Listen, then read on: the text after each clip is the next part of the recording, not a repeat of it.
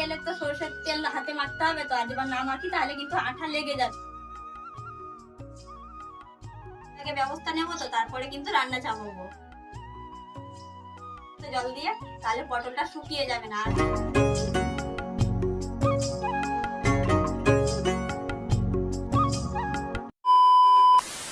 তো পুকুরের জলে তো ধুয়ে নিয়েছিলামই, নাতা বালতিটাকেও তো ধুয়ে নিয়েছিলামই, তো গুছিয়ে তো নিয়েছি থালা বাসন, যাচ্ছি এখন ঘরে রেখে দেব।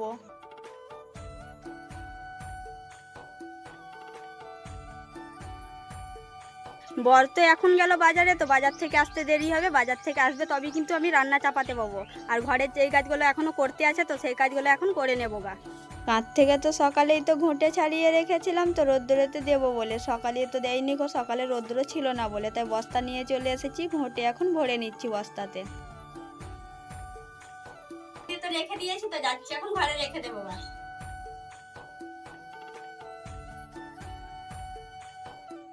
রান্না তো চাপিয়ে দিয়েছিলাম, তো শাক তো সিদ্ধ হয়ে গিয়েছিল, শাক তো আমি তেলে দিয়ে দিয়েছি, শাক হয়ে গিয়েছে, এখন নামিয়ে নিচ্ছি।